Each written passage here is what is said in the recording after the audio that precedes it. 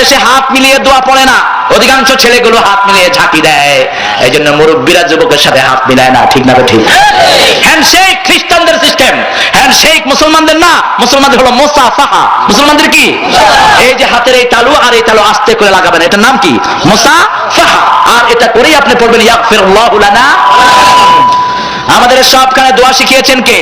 কত বড় দোয়া আপনি করেছেন, ইয়াগফিরুল্লাহু লানা, আল্লাহ আমাদেরকে মাফ করুক, তোমাদেরকে আল্লাহ মাফ করে দিক। আর যাদের দোয়া নাই তারা কয় হায়, কি কয়? হায়, অর্থাৎ তুইও হায় আমিও, তুইও সর্বনাশ আমারও সর্বনাশ। এখন এই সিস্টেম পোলাপান টেলিফোনে বাপরে ফোন করতে, হ্যালো ড্যাডি হায়, তুইও হায় হায় আমিও হায় হায়। হায় মানে কি? হায় মানে তো সর্বনাশ। হায় মানে কি? কথা বলেন, সর্বনাশ। হায় হায়। যাদের দোয়া নাই, এখন আমাদের দেশে দেখেন স্কুলের ছেলেরা যায়, সেখানে সেলিউটের সিস্টেম করা হয়েছে, যেটার সাথে ইসলামের কোনো সম্পর্ক নাই। আমাদের মতো নিয়ামত কার কাছে আছে? আমরা দেখা হলে বলি আসসালামু আলাইকুম। আমার নবী বললেন, চারটা কাজ করবা, আল্লাহ তোমাদেরকে জান্নাতের মালিক বানায়া দিবেন। মদিনার প্রথম খুতবায় বিশ্বনবী বলেন, ইফশাউস সালাম, আতিআমুত তুআম, সাল্লু ফিল লাইলি ওয়ান নাসু নিয়াম, তাসিলুল আরহাম, তাদখুলুল জান্নাতা বিসালাম। কাউকে দেখলে সালাম দাও, কি দাও? আরো জোরে বলেন। বিবিদেরকে সালাম দাও, শিশুকে সালাম দাও, তোমার মাথায় টুপি আছে তুমি আগে সালাম দাও, এটাই বিশ্বনবীর সুন্নাত। কিন্তু আমরা উল্টা হয়ে গেছি, যার মাথায় টুপি আছে সে সালাম দেয় না। সে কয় তুই সালাম দিলি না, তুই একটা বেয়াদব। তো তুমি দিলে না, তুমি কি হলা? তুমি যেহেতু বিশ্বনবীর সুন্নাত আগে হোল্ড করেছো, you have to give the salaam first. তুমি আগে সালাম দাও। রাস্তায় বসে বসে গাঁজা খায় এরকম লোককে ছেলেকে সালাম দিলেও সালামের উত্তর আসে না নাই? আপনি 2 দিন সালাম দেন, 3য় দিন দেখবেন গাঁজা থুইয়া রেডি হয়ে আছে আপনারা কখন সালাম দিবে। আমি পেয়েছি নিজে, ঢাকা শহরের মোড়ে মোড়ে পোলাপান বসে থাকে হাইজ্যাক করার জন্য, আছে না নাই? আমি দেখলাম যে ভাব তো বেশি সুবিধাজনক মনে হচ্ছে না, দেখি যে খাড়া রয়েছে 5-6টা, এই কিরে আসসালামু আলাইকুম, ও ওয়ালাইকুম আসসালাম। 2 দিন 3 দিন সালাম দিলাম, তারপর থেকে ওই আড্ডা নাই, আড্ডা ভেঙে গেছে সেখানে। আল্লাহু আকবার। আপনি সালাম দেন, বরকত বাড়িয়ে দিবেন কে? আরো জোরে বলেন। এক আলেম বললেন, তিনাকে হত্যার জন্য এক এলাকায় কিছু সন্ত্রাসীরা এসেছে, এরকম আলেম আছেন না নাই? তিনি ওই সন্ত্রাসীদেরকে দেখেই সালাম দিলেন, উস্কুক উস্কুক চুল। ছেলেগুলো ওনার সালাম শুনে পরে ওনার হাতে মাপ চেয়ে সেখান থেকে বিদায় হয়ে গেছে। সালাম যে দেয় আল্লাহ তার উপর রহমত নাজিল করেন। আপনি সালাম দেন, বরকত বাড়িয়ে দিবেন কে? এখন হাজার হাজার, প্রায় 10 লক্ষ লোক, 20 থেকে 50 লক্ষ ছেলে মেয়েরা স্কুলে যায় প্রতিদিন। তারা গিয়ে সেখানে সেলিউট দেয়, সেলিউটের ভিতরে সালামের কোনো গন্ধ নাই। হই সেলিউট হইবে, এটা কি? এটা তো শয়তানি। তুমি মুসলমান কেন এটা দিবা? যাদের সালাম নাই, আমার পায়ে একদিন ব্যথা, কিছু ইংরেজ এসে আমাকে নেইবা, আমার প্রতিবেশী এসে বলছে hi good morning, I say no no it's very bad morning for me, I couldn't walk. কয় যে হেই, আই সে হই, ও কয় হাই, আমি কই হই। এটা কি কি অ্যাপ্রোচ? এটা বললো যে গুড মর্নিং, আমি তো হাঁটতে পারি না, আমার দিকে এটা গুড হইলো কেমন? Oh sorry sorry. Hello my dear brother, if you give the salam, salam মানে দোয়া, সালাম মানে কি? সালাম কার নাম? আমার আল্লাহ বলেছেন জান্নাতে আমার সকল জান্নাতীকে আমি সালাম দিয়ে দেব।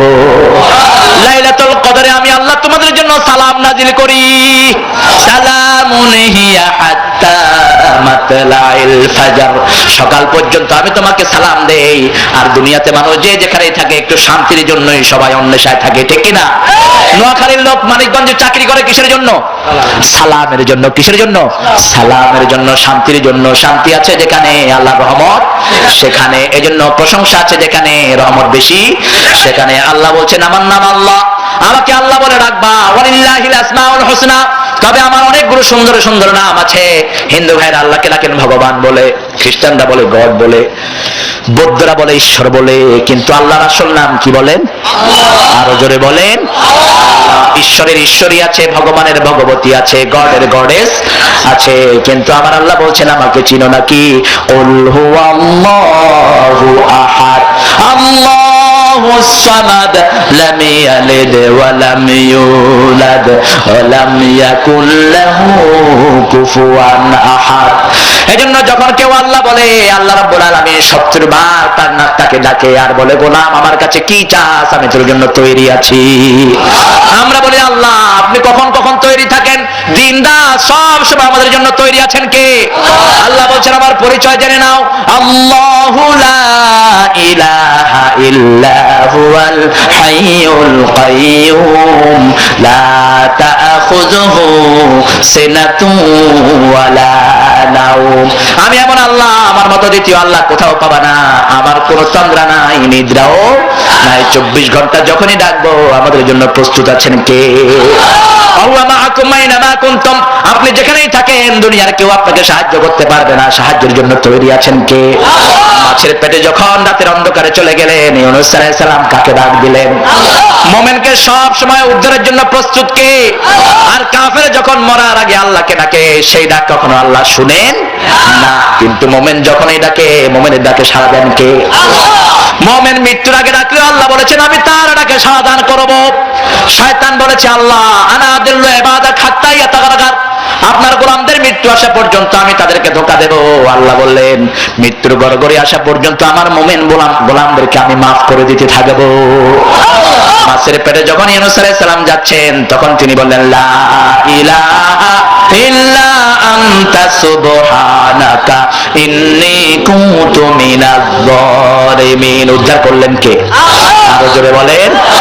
একইভাবে লোহিত সাগরে যখন চুবানি খেল ফেরাউন, ফেরাউন বলল, আমানতু বিরাব্বিল আলামিন, আমি রবের পরিমাণ আল্লাহ। আল্লাহ আরেক চুবানি দিলেন। এবার ফেরাউন বলছে, আমানতু বিরাব্বি মূসা ওয়া হারুন, আমি মূসা হারুনের রবের পরিমাণ আল্লাহ। আল্লাহ বললেন, আল আন ওয়াকাদ আসাইতা ক্বাবলু ওয়া কুনতা মিনাল মুফসিদিন, এখন তুমি ঈমানের দাবি করছো, এতদিন আমার গোলামদের উপর অত্যাচার করেছো, হাজার হাজার শিশুকে দুনিয়া থেকে বিদায় করেছো, মেয়েদেরকে জীবিত রেখেছো, আজকে তোরে শুধু আমি চুবামই না, আলিয়াউমা নুনাজ্জিকা বিবাদানিক লিতাকুনা লিমান খালফাকা আয়া, আজকে শুধু তোরে আমি চুবামই না, কিয়ামত পর্যন্ত যারা নব্য ফেরাউন আসবে তাদের জন্য তোরে আমি সুটকি দিয়ে রাখবো। এখনো আসরা নাই? কথা বলেন, আসরা নাই? কিন্তু ইউনূস আলাইহিস সালামকে 40 দিন 40 রাত মাছের পেটে থাকার পরে সুস্থ বের করে দিলেন কে?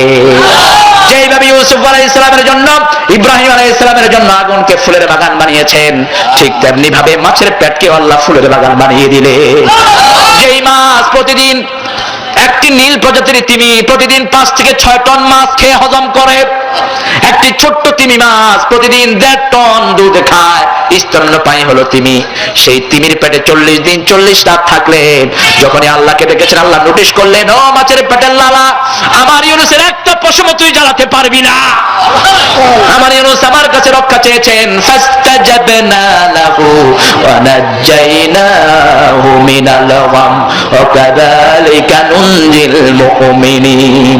আল্লাহ বলেন, ইউনূস তোমার ডাক আমি শুনলাম, তবে শুধু তোমার জন্যই না, কিয়ামত পর্যন্ত কাযালিকা নুনজি ইউনূস বলতে পারতেন, সেটা না বলে বললেন, ওয়া কাযালিকা নুনজিল মুমিনিন, আমার কোন গোলাম যেখানেই থেকে আমাকে ডাকুক, আমি সেইভাবেই তোমার মতোই ওই গোলামকে আমি হেফাজত করে দেব। কিছুদিন আগে সুনামি হলো, সুনামিতে 27 লক্ষ লোক পৃথিবী থেকে বিদায় হলো। কত লক্ষ? 27 লক্ষ। সুনামির 15 দিন পরে ভারত সাগরে একজন মুসল্লি ভাসতেছেন আর ডুবছেন, ভাসতেছেন আর ডুবছেন, পত্রিকা এসেছে আমাদের দেশে। মালয়েশিয়ার একটা জাহাজ যাচ্ছিল, দেখলো যে একজন মানুষ নিচে নামছে, উপরে উঠছে একটা গাছের ডালা, রশি ফেলে তাকে তোলা হলো। তুলে দেখে তার মুখের মধ্যে জিকির হলো, লা ইলাহা ইল্লাল্লাহু মুহাম্মাদুর রাসূলুল্লাহ সুবহানাল্লাহ আলহামদুলিল্লাহ লা ইলাহা ইল্লাল্লাহ লা ইলাহা ইল্লাল্লাহু মুহাম্মাদুর রাসূলুল্লাহ সাল্লাল্লাহু। জিজ্ঞেস করেছে, আপনি কবে ভেসে এসেছেন? তিনি বলছেন, সুনামির দিন 15 দিন আগে। সিঙ্গাপুরের ওই যে শ্রীলঙ্কার একটা মসজিদে তিনি ফজরের সময় ঝাড়ু দিচ্ছিলেন, তিনি ভেসে গেলেন। এতদিন কি খেয়েছেন? বলছি, বৃষ্টি হয়েছে, বৃষ্টির পানি খেয়েছি, আর সূর্য দেখে দেখে নামাজ আদায় করেছি। আল্লাহ সব অঙ্গ প্রত্যঙ্গ সম্পূর্ণ ভালো রেখেছে। সুবহানাল্লাহ। আহমেদাবাদ ভারতের, ওখানে ভূমিকম্প হলো আজ থেকে প্রায় 15 বছর আগে। আর কম হবে। ওই যে অনেকগুলো হিন্দু ঠাকুর সাগরের দিকে ল্যাংটা হয়ে দৌড় দিয়েছিল, মনে আছে না আপনাদের? 10 থেকে 12 বছর আগে। তো দেখেন, আগের মুশরিক আর এখনকার মুশরিকদের মধ্যে কোনো পার্থক্য নাই। আগের মুশরিকরা কাবা ঘরের পাশে জিয়ারত করতে ল্যাংটা হয়ে, ঠিক কিনা? তাদেরকে জিজ্ঞেস করতো তোমরা ল্যাংটা হয়ে তাওয়াফ করো কেন? কয় যে কাপড় চোপড় তো মানুষ বানাইছে, এটা পবিত্র নাও হতে পারে, এই জন্য আল্লাহ যেটা দিছে আল্লাহটা পরেই আল্লাহকে দেখাবো। ঠিক সেম আমি বিবিসির খবরটা আমি খুব ফলো করি। তো হঠাৎ করে সকালে দেখলাম সবার পিছন সাইডটা দেখা যাচ্ছে, আর ঠাকুরদের তো চুল টুল লম্বা হয়, কিছু তো কাটে না। এখন এই যে ঠাকুররা চুল দাড়ি যা যেখানে পশম আছে কিছুই কাটেন না, দৌড় দিলেন। আমি পিছনে দেখলাম শুধু পশ্চাৎ দেখা যাচ্ছে, এত লোক এরকম ল্যাংটা কেন? বিবিসি ডকুমেন্টারিয়ান বলছে they don't want to lose any reward, that's why they have taking their all belongings off. তারা কোন সোয়াব তাদের কাপড়ে লেগে থাকুক এটা পছন্দ করে না, এই জন্য কাপড় চোপড় সব খুইলা সাগরের দিকে দৌড় দিচ্ছে। আল্লাহ বিপদ দিলেন, কোথাও যখন নাফরমানি হয় একজনও যদি সেটার বিরুদ্ধে কথা না বলে গজব নাজিল করেন কে? আরো জোরে বলেন। আর যখনই কোথাও আল্লাহ বিরোধী, কোরআন বিরোধী, নবী বিরোধী কোনো কাজ হয়, একজন লোক যদি প্রতিবাদ করে ওই এলাকাটাকে বাঁচিয়ে দেন কে? এটা খুব মাথায় রাখবেন। আপনি হাজার নামাজি, হাজার রোজাদার, কিন্তু অপকর্মের বিরোধিতা আপনি করেন না, ওদের জন্য যখন গজব নাজিল হবে আপনাকেও তলিয়ে নেবেন কে? কিন্তু আপনি যদি প্রতিবাদ করেন, আপনার প্রতিবাদে যারা সাড়া দিবে তাদেরকে বাঁচিয়ে দিবেন কে? ওই সময় মাদ্রাজে ভূমিকম্প হয়ে স্কুলগুলো ধসে গেল। 7 দিন পরে একটা স্কুল থেকে আওয়াজ আসছে, আলহামদুলিল্লাহি রাব্বিল আলামিন। উদ্ধার কর্মীরা উদ্ধার করতে গিয়ে দেখে স্কুলের কোণা থেকে আওয়াজ আসতেছে। তারা বলল এটা মুসলমানদের কোরআনের আওয়াজ। গিয়ে উল্টিয়ে দেখে পায়খানার ভিতরে 7 বছরের একটা শিশু সেখানে আটকা পড়েছে। ওই ভূমিকম্প হয়ে 7 দিন পর্যন্ত বসে বসে শুধু সূরা ফাতিহাই পড়ছে। তার খাওয়ার ব্যবস্থা করে দিয়েছেন কে? আরো জোরে বলেন। সেই জন্য আমাদের রবকে আল্লাহ বলেছেন, বাংলাদেশের লোকেরা 2 ভাবে আল্লাহকে যদি রব মানতো, আল্লাহ বলেছেন আমি 3টা পুরস্কার তাদেরকে দান করতাম। একভাবে আল্লাহকে রব মানে, এই জন্য বাংলাদেশে আল্লাহর নিয়ামত সবচেয়ে বেশি। আমেরিকাতে একটা গ্যাজেটে প্রকাশিত হয়েছে যে বাংলাদেশের নিচে যত সম্পদ লুকানো আছে, এই সম্পদগুলো যদি বাংলাদেশের ভাইরা বের করতে পারেন তাহলে এক একজন নরমাল বাংলাদেশি 10 থেকে 15 কোটি টাকার মালিক হবেন, সাধারণ বাংলাদেশি। এই জন্য আমেরিকার শকুনদের চোখ আমাদের দেশে আছে না নাই? আহারে মায়া কান্না। এই যে ফিলিস্তিনে আমার মা বোনদেরকে অকাতরে গুলি করে হত্যা করতেছে, এই আমেরিকা হলো সবচেয়ে বড় এটার দোষর। আমেরিকার কারণেই ইসরায়েলের ইহুদির বাচ্চারা এত সাহস পায়, ঠিক কিনা? নব্বারেক ওবামা, তোর জন্য দোয়া করেছিলাম যে আল্লাহ যেন তোরে ভালো করে, কিন্তু যদি মুসলমানদের রক্তে তোর হাত লাল হয় আল্লাহর গজব যেন তোকে ধ্বংস করে দেয়। ইরাকে যত আমেরিকার সৈন্য ঢুকছে কেউ বেরোতে পারবে না, আলহামদুলিল্লাহ বলেন। এর মধ্যে বহু গেজেটে প্রকাশিত হয়েছে আফগানিস্তানের শুধুমাত্র কাবুল শহর ছাড়া পুরো আফগানিস্তানের কোথাও আমেরিকার কোন সৈন্যের কোনো চিহ্ন নাই। কাবুল থেকে মুখ বের করলেই কল্লা উড়িয়ে ফেলে মুসলমানরা, আলহামদুলিল্লাহ বলেন। আমরা কারো ধার ধারি না, জমিন কার? জমিন কার? আমার নিরীহ মুসলমানদেরকে হত্যা করেছো। ইব্রাহিম আলাইহিস সালাম যেই মসজিদের পাশে শোয়া, সেই মসজিদের জানালা দিয়া বন্দুক ঢুকায়া গুলি করে 70 জন মুসল্লিকে ফজরের নামাজে বিদায় করা হয়েছে। 450 মুসলমান অকাতরে গুলি করে তাদেরকে পাখির মতো হত্যা করা হচ্ছে। যেই আমেরিকা এইভাবে মানুষ মারে, সেই আমেরিকার সাথে আমাদের কোনো সম্পর্ক কেন আসে? আমার দেশে এত শকুনদের চোখ পড়েছে বাংলাদেশের সম্পদের উপর। ভোলা থেকে 10,000 কিলোমিটার সাগর যতটুকু আছে সবটার নিচে গ্যাস আর স্বর্ণের খনিতে ভরপুর। কারণ বাংলাদেশের লোকেরা জিকির করে কার? রমজান আসলে সবগুলো মসজিদে জায়গা হয় না, জিকির হয় কার? জুমার দিন রিকশাওয়ালা রিকশা চালায়, রিকশাটা ধুয়ে আল্লাহর কাছে হাত তুলে কাঁদে, আল্লাহ গত 1 সপ্তাহ খাইতে পাই নাই, আমার আপনি খাওয়ার জোগাড় দিয়ে দেন। 3 বার বন্যা হয়ে সিরাজগঞ্জ ডুবে গেছে। সেই সিরাজগঞ্জে গেলাম, এক বুড়া, ঘরে কোনো চাল নাই, বসে বসে পোলাপানকে কোরআন পড়াচ্ছে। আমি বললাম বাবা ঘর কই? কয় নিচে যে আল্লাহ দিবেন সেই আল্লাহ। আমি আমার আল্লাহর উপর 100% খুশি আছি, আলহামদুলিল্লাহ বলে। আল্লাহ বলছেন গোলাম আমি তোমার রব, আমার নাম আল্লাহ, আমি তোমার রব। শুনো, আমাকে যদি 2 ভাবে মানো, ইন্নাল্লাযীনা ক্বালু রাব্বুনাল্লাহু সুম্মা ইসতাকামু তাতানাজ্জালু আলাইহিমুল মালায়েকা আল্লা তাখাফু ওয়া লা তাহজানু ওয়া আবশিরু বিল জান্নাতিল্লাতী কুনতুম তুআদুন। আমাকে যদি তোমরা মানো, আমাকে যেমন মসজিদের রব বলো। অধিকাংশ মানুষগুলো আমাদের নামাজি, ঠিক না? ঠিক। একদিনও যে নামাজ পড়েছে তার আমলনামায় নামাজ আছে না নাই? আমরা চাই আমাদের দেশের হিন্দু ভাইরা যেন মসজিদে চলে আসে, যেন বলেন আমিন। আর আরে আমার ভাইদের কাছে তো আমরা ইসলাম নিতে পারি নাই। আমাদের চরিত্র যদি ভালো হতো কত আগে এই হিন্দুরা কালেমা পড়ে মুসলমান হতো। আমাদের চরিত্র নাই। রাসূল সাল্লাল্লাহু আলাইহি ওয়াসাল্লাম বলেছেন, প্রতিবেশীকে নিজে পেট ভরে খাইলা, প্রতিবেশী অভুক্ত থাকলো, তুমি মুমিন হতে পারবা না। তুমি বাজার করো, প্রতিবেশীকে সেখানে হক দাও। তুমি ফল কিনে আনো, প্রতিবেশীর জন্য সেটা দাও। তুমি তরকারি রান্নো, ঘান যদি ছড়িয়ে পড়ে, প্রতিবেশীকে সেই তরকারি থেকে দাও। যদি তরকারি দিতে না পারো, ঝোল বাড়িয়ে দাও, যাতে একটু ঝোলও প্রতিবেশীর বাড়িতে পৌঁছে দেবে। বিশ্বনবীর হাদিস, সুবহানাল্লাহ বলেন। আমি ইংল্যান্ডে আমার পাশের ঘরে একটু তরকারি নিয়ে গেছি, এত খুশি, খায়া কয়টা রাঁধবি কোন সময়? শুটকি তরকারি, শুটকিতে মজা বেশি না কম? কিন্তু যখন রাঁধেন তখন কি গন্ধ, গন্ধ বেশি না? আমি রাঁধছি খুব গোপনে, কারণ শুটকি তো জানলা খুললেই শুটকি বাইরে চলে যায়, ভিতর থেকে বাইরে যায় বেশি।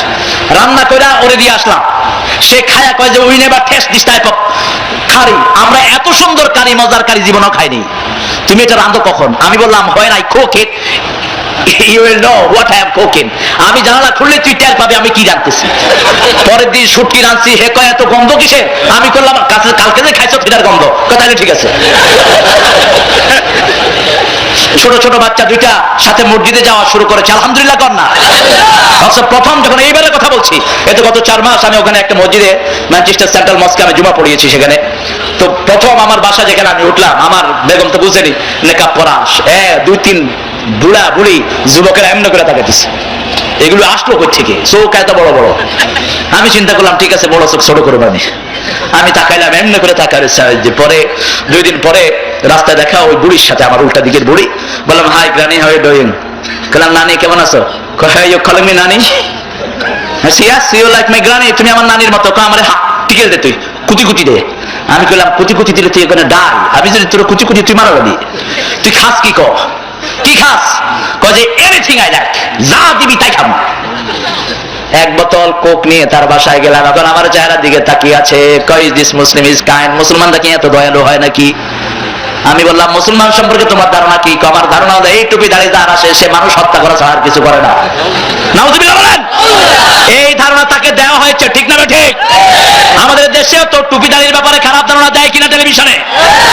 আদম ব্যাপারী চিটার, মাথায় টুপি, এখানে কুদ্দুস দাঁড়িয়ে, এরকম আসরা নাই? আমার মুসলমান দেশে পর্যন্ত টুপি দাঁড়িয়ে ব্যাপারে খারাপ ধারণা দেওয়া হয়। আমি যখন তাকে এটা দিলাম, সে বলছে, I am praying for you my great son. আমি তোমার জন্য দোয়া করি। আমার ছেলে আসার আগে দিয়া বলি কাঁদতেছে, কয় তুমি যেও না, তোমার মতো লোকের এখানে দরকার। আমার প্রতিবেশী হিন্দু হোক, তার উপর আপনার অধিকার আছে না নাই? বিশ্বনবী বলতেন, প্রতিবেশীর ব্যাপারে আমাকে এত বেশি তাকিদ করা হয়েছে, আমার মনে হতো বোধহয় প্রতিবেশীর হক আমার দেয়া ফরজি করে দেয়া হবে। আমার হিন্দু ভাইটি বহু না খেয়ে থাকে, আপনি কি তার ঘরে গিয়ে কখনো খোঁজ নিয়েছেন? কত কষ্টে ওহু হিন্দুরা আছে না নাই? আমার বাড়িতে 40,000 হিন্দুকে আমার আব্বা জায়গা দিয়েছেন, আলহামদুলিল্লাহ বলেন। এখন ওই থেকে তারা আমাদেরকে দেবতা সেবে। এরা এত, এদের মধ্যে এত হাম্বল লোক আছে, আপনি 2-1 এদের প্রতি ইহসান করলে তারা কালেমা পড়ে মুসলমান হয়ে যাবে। শরীয়তপুরে নিজের কথাটা নিজে বলাটা খুবই বাতুলতা। একটা মাহফিলে যাওয়ার সময় শুধু একটা মুচিকে 2 দিন সালাম দেওয়া হয়েছে, 3য় দিন মুচি কালেমা পড়ে মুসলমান হয়ে গেছে। সে বলছে, আমার মতো লোককে কেউ জীবনে সালাম দেয় নাই। কে সালাম দিলেন? লোকেরা বলল, আমাদের মাহফিলের মূল মেহমান তোমারে সালাম দিছে। 3য় দিন গিয়া পায়ে পড়ে বলছে, দাদা আমারে কালেমা পড়ায়া দেন। আমাকে কোনোদিন কেউ সালাম দেয়নি। আমি রাস্তার পাশে বলে জুতা সেলাই করি। আমার নবীজি কি ভালোবাসতেন! খাদিজাতুল কুবরার বান্ধবীদেরকে প্রতিদিন হাদিয়া পাঠাতেন মুহাম্মদ সাল্লাল্লাহু আলাইহি ওয়াসাল্লাম। নিজের আব্বার বন্ধু, নিজের মায়ের বান্ধবীদের কাছে হাদিয়া পাঠাতেন মুহাম্মদ রাসূলুল্লাহ সাল্লাল্লাহু আলাইহি ওয়াসাল্লাম। আর বলতেন, তোমাদের বাপের বন্ধু বিশ্বনবীর পিতার বন্ধুরা কি মুসলমান ছিল না কাফের? কি ছিল? বিশ্বনবী সাল্লাল্লাহু আলাইহি ওয়াসাল্লাম মানুষের অধিকার দিয়েছেন, সেজন্য যারা আল্লাহর প্রশংসা করে তারা মানুষের উপর জুলুম করতে পারে না। আল্লাহ বললেন, আমাকে যেভাবে মসজিদে রব বলো, জমিনের মধ্যে এইভাবে রব হিসাবে আমাকে স্বীকৃতি দাও, তাহলে আমি তোমাদের ভয় শূন্য করে দেব। তোমাদেরকে যখন মৃত্যুবরণ করবা, দুশ্চিন্তাগ্রস্ত অবস্থায় যাবে না, নিশ্চিন্ত ভাবে নিয়ে যাব। আর মৃত্যুর পরে আমার সবগুলো জান্নাত আমি তোমাদেরকে দান করে দেব। আমাদের দেশে যারা দেশ চালাবেন, ওরা যদি আল্লাহকে রব বানেন, তাহলে আমাদের দেশের চিত্র হয়ে যাবে ওমরের দেশের চিত্রের মতো, ঠিক কিনা বলেন? ওমর ফারুক নামাজ পড়তেন, এসা পরে আর ঘুমাতে যেতেন না। তিনি রাস্তায় হাঁটতেন আর বলতেন, ফোরাতের তীরে যদি কোনো কুকুর আমার এলাকায় না খেয়ে মারা যায়, এই কুকুরের অভক্তির জন্য, কুকুরের না খাওয়ার জন্য আমি ওমরকে আল্লাহর দরবারে বিচারের কাঠ গলায় দাঁড় করাতে হবে। সেই ওমর ফারুক রাদিয়াল্লাহু আনহু যতদিন ক্ষমতায় বসেন নাই, ততদিন এসা পরে ঘুমাতেন। ইসলাম আর অনিসলামের মধ্যে পার্থক্য হলো এটা, ইসলাম যেখানে থাকবে শাসকেরা জাগন থাকে, জনগণ সেখানে আরামে ঘুমায়। আর যেখানে ইসলাম থাকে না, শাসকেরা ঘুমায়, জনগণ কষ্টের চোটে জাগন থাকে। সাইয়েদনা ওমর ফারুক নিজের ঘুম হারাম করে ওমর হাঁটতেছেন রাস্তায়, রাস্তায় দেখলেন একজন মানুষ ঘর থেকে বের হয় আবার ঘরে ঢুকে। তিনি গিয়ে সালাম দিলেন। কোন খলিফার সাথে পুলিশ রাখতেন না, বিশ্বনবী নিজেও সাথে পাহারাদার রাখতেন না। প্রথম মদিনায় গিয়ে পাহারাদার রাখতেন। আল্লাহ বললেন আল্লাহু ইয়াসিমুকা মিনান নাস, আল্লাহ নিজেই সমস্ত মানুষ থেকে তোমাকে হেফাজতে রেখে দিবেন। পাহারাদার বাদ ওমর ফারুক অর্ধ পৃথিবীর খলিফা, একা একা হাঁটছেন। একজন লোক ঘরে ঢুকে আর বের হয়, ওমর ফারুক গিয়ে সালাম দিলেন। রাদিয়াল্লাহু আনহু বলছে ভাই আপনার কি কষ্ট? লোকটা বলছে তোমার চরকায় তেল দাও। ওমরই আমার খবর রাখে না। তখনও পরিচয় দেন নাই ওমর। কোন খলিফা আগে পরিচয় দিতেন না, বিশ্বনবী আগে কখনো বলেন নাই আমারে চিনো নাকি, আপনি মন্ত্রী হয়েছেন, আপনার পরিচয় দিয়ে যদি কোন লোক জুলুম করে সেই জুলুম আপনার উপর আসবে কি আসবে না? কথা বলেন। যেমন আমার রমজান ভাই চেয়ারম্যান, এখন রমজান ভাইয়ের ছেলে যদি ওনার নাম ভাঙা কোনো আকাম কুকাম করে আর রমজান ভাই শুনে যদি বিচার না করে, ওই জুলুম ওনার উপর আসবে কিনা? সাইয়েদনা ওমর ফারুক রাদিয়াল্লাহু আনহু কিছুই বললেন না, বললেন ভাই আপনার কষ্টের কথাটা বলেন, আমি দেখি কোনো উপকার করতে পারি কিনা। তিনি বললেন আমার বিবির সন্তান সম্ভবা, কিভাবে ধরতে হয় আমি জানি না, আমার কাছে কোনো ধাত্রীও নাই, আমি এখন কি করব, খুব টেনশনে আছি। দৌড় মারলেন সাইয়েদনা ওমর ফারুক, নিজের বিবিকে নিয়ে আসলেন, ভিতরে ঢুকিয়ে দিলেন, নিজের পরিচয় করে দিলেন না। একটু পরে ওমর ফারুক রাদিয়াল্লাহু আনহু বিবি বলছেন খলিফা আমিরুল মুমিনিন আপনার বন্ধুকে বলে দেন তিনি একটি ছেলের বাপ হয়েছে। যখনই বলেছে আমিরুল মুমিনিন, ওই লোকটার পায়ের তলা থেকে যেন মাটি সরে যায়। তিনি বলছে ওমর আমি আপনার সাথে বেয়াদবি করে ফেলেছি, আমারে মাফ করে দেন। ওমর দাঁড়িয়ে বলছে এতক্ষণ যে আপনার কষ্ট হয়েছে, এই কষ্টের জন্য আপনি আমারে মাফ করে দেন। কিয়ামতের ময়দানে আপনারা শাসক হিসেবে আমাকে আসামির কাঠগড়ায় দাঁড় করায়েন না। আমার দেশে যদি একজন ইসলামের শাসক আসতো, পুরা দেশ সারা পৃথিবীতে আমরা কর্তৃত্ব করতে পারতাম, ঠিক না ঠিক? আরো জোরে বলেন। এই জন্য রব মানবো কাকে? আর আল্লাহ বলেছেন কেন আমাকে রব মানবা? শোনো, আর রহমানির রহিম, আমার থেকে দয়ার কারো এত বেশি? সবচেয়ে বড় দয়ালু কে? আরো জোরে বলেন। দয়াটার পরিমাণ দেখেন। বিশ্বনবী সাল্লাল্লাহু আলাইহি সাল্লাম বসে আছেন একটা তাফসীরে, একজন সাহাবী একটা ছোট্ট পাখির বাচ্চা আনলেন। সাহাবীর নাম হলো আমের রমি। কি নাম বললাম? আমের রমি। মক্কাতে মরুভূমিতে পাখির বাচ্চার দাম বেশি না কম? বেশি। একটা পাখির ছানা আমের রমির হাতের আস্তিনের ভিতরে বিশ্বনবীর জন্য এনেছেন। আল্লাহর হাবিব দেখলেন ওই পাখির মা ওই সাহাবীর ঘাড়ে বসে তার কলারের মধ্যে মুখ লাগছে আর যেন বলছে ও নাদান আমার বাচ্চাটাকে আমার বুকে ফিরিয়ে দে। আল্লাহর হাবিব সাল্লাল্লাহু আলাইহি সাল্লাম দেখেই বললেন পাখি যেখান থেকে এনেছো সেখানে ফেরত রেখে আসো। সাহাবী রাদিয়াল্লাহু আনহু ফিরে আসলেন। আল্লাহর হাবিব বললেন ওই যে ছোট্ট পাখিটা যখন ডাক মেরেছে তার মা বাহির থেকে টের পেয়েছে লোকটার আস্তিনের ভিতরে পাখিটা আছে। পাখিটা নিজের প্রাণের মায়া ভুলে গেল। পাখি জানে মানুষ তাদের সবাই বন্ধ হয় না। এই প্রাণের মায়া ছেড়ে দিয়ে তার ঘাড়ের মধ্যে বসে বলছে আমার প্রাণের টুকরা সন্তানটাকে নিয়ে যাইস না। এই যে পাখি তার বাচ্চাকে যতটুকু ভালো না বাসে, তোমাদের আল্লাহ এর চেয়ে বেশি তোমাদেরকে আদর করে। আল্লাহর ভালোবাসা মানুষের জন্য এর চেয়ে হাজার গুণ বেশি। সেই আল্লাহ রাব্বুল আলামিন বলছেন গোলাম আমার সকল রহমত আমি তোমাদের জন্য রেখেছি, যার পাপ যত বড় তার জন্য রহমত তত বেশি। তবে তিন জায়গায় আল্লাহ রহমতকে বন্টন করেছেন। পৃথিবীর কয় জায়গায়? সবচেয়ে বড় রহমতের নাম কি? আরো জোরে বলেন, চিৎকার করে বলেন। কোরআন যতদিন আসে নাই বিশ্বনবী ছিলেন আমিন। কোরআন যখন নাজিল হলো তিনি হলেন ওয়া মা আরসালনাকা ইল্লা রাহমাতাল লিল আলামিন। কোরআন আসার আগে তিনি ছিলেন শুধু মক্কার আলামিন, আর কোরআন আসার পরে সমস্ত আলমের রহমত তাকে বানিয়ে দিলেন কে? প্রথম রহমত হলো কোরআন। আল্লাহ রহমতের একটা লিস্ট করেছেন সূরা রহমানে। আল্লাহ বলছেন আর রহমান আল্লামাল কোরআন খলাকাল ইনসান আল্লামাহুল বায়ান। আমি রহমান, আমি রহমানের সবচেয়ে বড় রহমত আমি মানুষকে কোরআন শিক্ষা দিয়েছি। প্রতিদিন একটা দুইটা সূরা পড়বো, রাজি আছেন তো? অর্থ সহ পড়বো, রাজি আছেন তো? দেখি কারা কারা রাজি আছেন, দুই হাত তুলে আমার আল্লাহকে দেখান তো।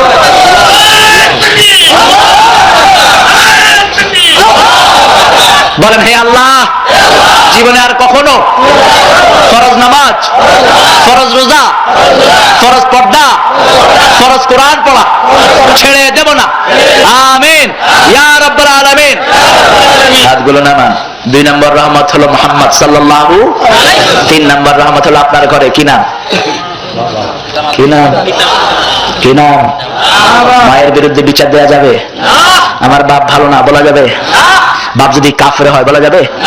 ফাতেমা, তিনজন ফাতেমা ইসলামের শ্রেষ্ঠ। কয়জন? তিনজন। একজন হলেন বিশ্বনবীর কন্যা, কি নাম? ফাতেমা। আরেকজন হলেন ওমর ফারুকের একমাত্র বোন, কি নাম? ফাতেমা। তৃতীয় ফাতেমা বুখারীতে বর্ণনা এসেছে, তিনি মক্কা মদিনায় মুসলমান হলেন, তিনার মা ছিলেন মুশরিকা। আল্লাহর হাবিবকে এসে বলছেন, হুজুর আমার মা মুশরিকা, এখনো শিরক করে, মায়ের কি কাজ আমি করব? আল্লাহর হাবিব বললেন, যত খেদমত তার আছে সব তুমি তার আঞ্জাম দিয়ে দিবা। আবু হুরায়রা রাদিয়াল্লাহু আনহুর মা ছিলেন মুশরিকা। কি ছিলেন? বিশ্বনবীর দরবার থেকে এসেছেন, মা গর্দান দিয়ে বের করে দিয়েছেন, মসজিদে নববীতে সারা রাত কাটিয়েছেন। ফজরের পরে আল্লাহর হাবিবকে বললেন, হুজুর আমার মা বাড়ি থেকে আমাকে বের করে দিয়েছে। আল্লাহর হাবিব এত ক্ষমতাবান নবী, হ্যাঁ বললে হালাল হয়, না বললে হারাম হয়। সেই নবী বলছেন, মা ছেলের ব্যাপার আমি কিছুই করতে। আবু হুরায়রা বলছেন, হুজুর আমার মায়ের বিরুদ্ধে বিচারে দিচ্ছি না, একটু আপনাকে বলছি, আপনি একটু আল্লাহর কাছে মায়ের হেদায়েতের জন্য দোয়া করেন। আল্লাহর হাবিব হাত তুললেন, আল্লাহুম্মা ইহদি উম্মা আবু হুরায়রা, হে আল্লাহ আবু হুরায়রার মাকে আপনি হেদায়েত দেন। জোরে দৌড়ান না, হাঁটেন না। সেই আবু হুরায়রা জোরে দৌড় মারলেন। সাহাবায়ে কেরাম জামা টেনে ধরলেন, দৌড়াও কেন? আবু হুরায়রা রাদিয়াল্লাহু আনহু বলছেন, আমি দৌড়িয়ে দেখতে চেয়েছি, আমি আগে ঘরে যাই না, আমার আগে বিশ্বনবীর দোয়া আমার ঘরে পৌঁছে যায়। আবু হুরায়রা বলছেন, আমি ঘরে গিয়ে নক করলাম, গত রাতের শিরকের চিহ্ন মায়ের কণ্ঠে আমি পেলাম না, তাওহীদের নরম আমি মায়ের কণ্ঠে পেলাম। দরজাটা খুলে দিয়ে মা আলিঙ্গন করেছে আমাকে, বাবা গত রাতে কোথায় ছিলি? এরকম করে তোরে মেরে আমি বের করে দিয়েছি, তুই একটা যুবক ছেলে, আমাকে বাধাও দিলি না, একটু ঘাড়ও মটকালি না, আমি বের করে দিয়েছি। কোন আদর্শ তোকে এত বড় করেছে? যে নবীর কাছে গিয়ে তুই এত বড় আদর্শ হয়েছিস, সেই নবীর কাছে আমি মাকেও নিয়ে চল। বিশ্ব নবীর কাছে গিয়ে আবু হুরায়রা রাদিয়াল্লাহু আনহুর মা বললেন, লা ইলাহা ইল্লাল্লাহু। আবার আরেকজন সাহাবী তিনটা যুদ্ধে হাজির হয়েছেন, বদর, উহুদ, খন্দক, তবুক। এই যুদ্ধগুলোতে যারা হাজির হয়েছেন তাদের সব গুনাহ মাফ করে দিয়েছেন কে? শুধু বদরের সাহাবীদের সব গুনাহ মাফ করে দিয়েছেন কে? আজকে পড়ছিলাম কিতাবুল মাগাজি থেকে একটি হাদিস। একজন মা বিশ্বনবী সাল্লাল্লাহু আলাইহি ওয়াসাল্লামের কাছে এসে বলছে, হুজুর আমার ছেলেটা যে বদরের যুদ্ধে মারা গেল, আমার ছেলেটা কোথায় আছে আপনি আমাকে বলেন, আমি তো কলিজা ছিঁড়ে গেল আমার, সুরাকার সন্তান হারেসা, আমার ছেলেটা কোথায় আছে আপনি বলেন। আল্লাহর হাবিব সাল্লাল্লাহু আলাইহি ওয়াসাল্লাম বললেন, আল্লাহর অনেকগুলো জান্নাত, এর মধ্যে শ্রেষ্ঠ জান্নাতুল ফেরদাউসে আল্লাহ তোমার ছেলেটাকে দিয়ে দিয়েছেন। মা বলছেন, আমার আর কোনো দুঃখ নাই, আমি এখন আমার কষ্টটা কন্ট্রোল করব। আল্লাহর হাবিব সাল্লাল্লাহু আলাইহি ওয়াসাল্লাম বলছেন, বদরের ময়দানে যারা হাজির হয়েছেন তাদের সমস্ত গুনাহ মাফ করে দিয়েছেন কে? এরকম একজন সাহাবী, তিনি মায়ের মনে কষ্ট দিয়েছেন। বিশ্বনবী সাল্লাল্লাহু আলাইহি ওয়াসাল্লাম বলতেন, তোমরা যখন মৃত্যু পথযাত্রীর কাছে যাও, লাকিনু মাউতাকুম বিল কালিমা, মৃত্যু পথযাত্রীর পাশে তোমরা কালেমা পড়ো, লা ইলাহা ইল্লাল্লাহ, লা ইলাহা ইল্লাল্লাহ, লা ইলাহা ইল্লাল্লাহ। আমরা পড়ি উল্টাটা, আমরা যখন মৌতের খাটলিয়াতে নিয়ে যাই তখন আমরা পড়ি লা ইলাহা। এটা সিস্টেম নয়, এটা হাদিসেও আসে নাই। যখন আপনি মৃত্যু যাত্রীকে পথে কাঁধে করে নিয়ে যাবেন তখন আপনি পড়বেন অন্যটা, আপনি বলবেন, আল্লাহ তার কবরটা প্রশস্ত করে দেন, তার হিসাবটা সহজ করে দেন, তার আমলনামাটা ডান হাতে দান করেন, তাকে মুনকির নাকিরের ফিতনা থেকে আপনি রক্ষা দিয়ে দেন, তাকে সমস্ত আযাব থেকে আপনি বাঁচিয়ে দেন, সুবহানাল্লাহ বলেন। কিন্তু উল্টাটা করি আমরা। আর যখন মুমূর্ষ অবস্থায় যাবেন তখন সবাইকে বিশ্বনবী কালেমা পড়তে বলেছেন, কারণ আপনাদের কালেমা তাকে পড়তেও বলছে, তাকে নির্দেশ দিবেন না। মৃত্যু পথযাত্রী যারা কাতরাচ্ছে তাকে বলবেন না তুমি কালেমা পড়ো, এটা বলাও নিষেধ। ওই সময় আপনি তার পাশে কালেমা পড়েন, তাহলে আপনার কালেমা শুনে যদি সে কালেমা পড়ে তার গুনাহগুলো মাফ করে দিবেন কে? এটা হলো নিয়ম, তাকে বলাও নিষেধ। আপনি পাশে কালেমা পড়েন। সাহাবী আকরাম রাদিয়াল্লাহু আনহু মৃত্যু পথযাত্রী, আল্লাহর হাবিব সাল্লাল্লাহু আলাইহি ওয়াসাল্লাম কয়েকজন সাহাবীকে পাঠালেন, যাও তার পাশে তোমরা কালেমা পড়ো। সাহাবায়ে কেরাম কালেমা পড়ছেন। আকরাম রাদিয়াল্লাহু আনহু বদর, উহুদ, খন্দক সব যুদ্ধে হাজির হয়েছেন, কিন্তু জিহ্বায় কালেমা আসতেছে না, জিহ্বা পেঁচিয়ে যাচ্ছে। সাহাবায়ে কেরাম বিচার দিলেন বিশ্বনবী সাল্লাল্লাহু আলাইহি ওয়াসাল্লামের কাছে, হুজুর আপনার আকরামার কণ্ঠে তো কালেমা আসছে না। আল্লাহর হাবিব সাথে সাথে বললেন, নিশ্চয়ই মায়ের মনে কোনো কষ্ট দিয়েছে, যাও মায়ের কাছে যাও। সাহাবায়ে কেরাম দৌড়িয়ে গেলেন, ও আকরামার মা আপনার মনে কি কষ্ট, আপনার ছেলে কি আপনার কথা শুনে নাই? মা কাঁদছে আর বলছে, সারা জীবন শুধু বিবির কথাই শুনতো। এরকম লোক আছে না নাই? বিশ্বনবী সাল্লাল্লাহু আলাইহি ওয়াসাল্লাম শুনে বললেন, কাঠ জোগাড় করো। কাঠ আনা হলো। আকরাম রাদিয়াল্লাহু আনহুর মা ঘর থেকে বেরিয়ে দেখে কাঠ, বলছে এই কাঠ কার জন্য আনা হয়েছে? সাহাবায়ে কেরাম রিদওয়ানুল্লাহি আলাইহিম আজমাইন বললেন, আপনার সন্তানের জন্য কাঠ আনা হয়েছে। জনম দুঃখিনী মা যখনই শুনলেন সন্তানের জন্য কাঠ আনা হয়েছে, মা বলছে, সারা জীবনের জন্য আমি আমার আকলামাকে মাফ করে দিলাম। এতক্ষণ সাহাবায়ে কেরাম কালেমা পড়ছেন, জিহ্বায় কালেমা আসে না। এখন যখনই মা মাফ করে দিয়েছেন, আকলামা রাদিয়াল্লাহু আনহু পড়ছেন, লা ইলাহা ইল্লাল্লাহ, লা ইলাহা ইল্লাল্লাহ, লা ইলাহা ইল্লাল্লাহু মুহাম্মাদুর রাসূলুল্লাহ সাল্লাল্লাহু। এই পৃথিবীর সবচেয়ে নরম জায়গা হলো বাবা এবং মা। এইজন্য এই পিতামাতার জন্য যারা দোয়া ছেড়ে দেয়, আল্লাহর হাবিব সাল্লাল্লাহু আলাইহি সাল্লাম বলছেন, আল্লাহ তাদের সব রিজিকগুলোকে কেটে দেয়। মান তারাকা দুআ লিওয়ালিদাই ফাকাদ ইনকাতা আনহু রিজিক। আবার আল্লাহর হাবিব সাল্লাল্লাহু আলাইহি সাল্লাম বললেন, পিতামাতার সাথে যারা দুর্ব্যবহার করবে, কিয়ামতের ময়দানে সবচেয়ে নিকৃষ্ট শাস্তি আল্লাহ তাদেরকে দান করবেন। তাদের কোনো আমল আল্লাহর দরবারে কবুল হবে না। নবীদের পরেই পিতামাতার স্থান দান করেছেন কে? এই পিতামাতাকে 3 নম্বরে আল্লাহ রহমত বলেছেন। রহমতের দোয়া পিতামাতার জন্যই করেছেন। রব্বির হামহুমা,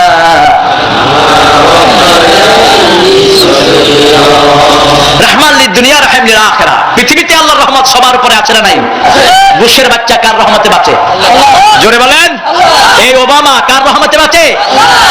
সমস্ত মুশরিকদের জমিতে পানি বর্ষণ করেন কে? পৃথিবীতে আল্লাহর রহমত সবার জন্য আম। এখানে তিনি রহমান, এখানে তিনি কি? আল্লাহর রহমতের নিচে সবাই আছেন। যারা আল্লাহকে ডাকে তারাও আছে, যারা ডাকে না তারাও। বরং আমরা মাঝে মধ্যে মন খারাপ করি যে আমাদের থেকে তো কাফের অবস্থায় আমরা ভালো দেখছি। কি বলেন?